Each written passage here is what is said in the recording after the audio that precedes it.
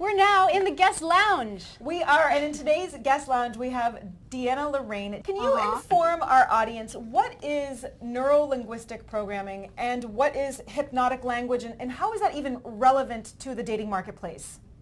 Absolutely, sure. Well, first of all, NLP stands for Neurolinguistic Programming, and it's a name that encompasses really the three most influential components involved in producing the human experiences, which is neurology, language, and programming. Okay. So neurolinguistic programming really just describes the fundamental dynamics between the mind, between language, and how that interplay affects our body and behavior, our programming.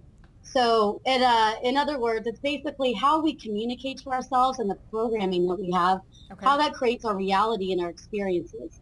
And subconscious hypnotic language is involved in that as well because of the way that our communication in our mind affects other people and how it affects our experiences. I've heard the term anchoring thrown around. Can you talk to us about anchoring and how daters can use this for dating success?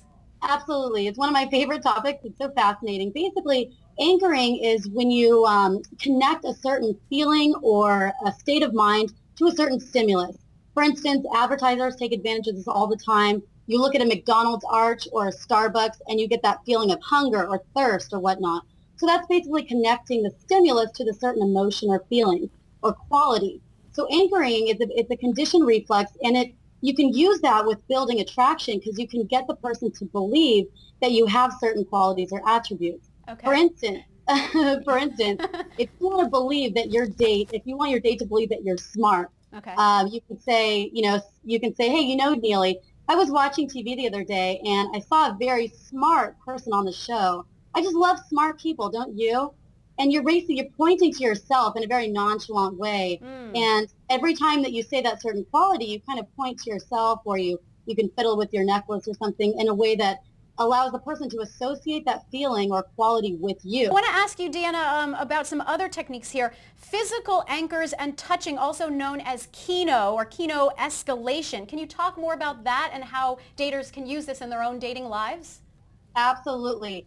Kino, or that's the word for physical touching, escalation in a date. It's so important because basically the more physical touch you have on a date and the faster you break that physical touch boundary, the more that releases these bonding chemicals or agents. And it stimulates the experience of knowing somebody for a long time. So the more you touch during a date, the more you create more touch, it creates the experience of being more familiar with the person, more comfortable, and the longer that the person feels like they know you. Therefore, it escalates attraction.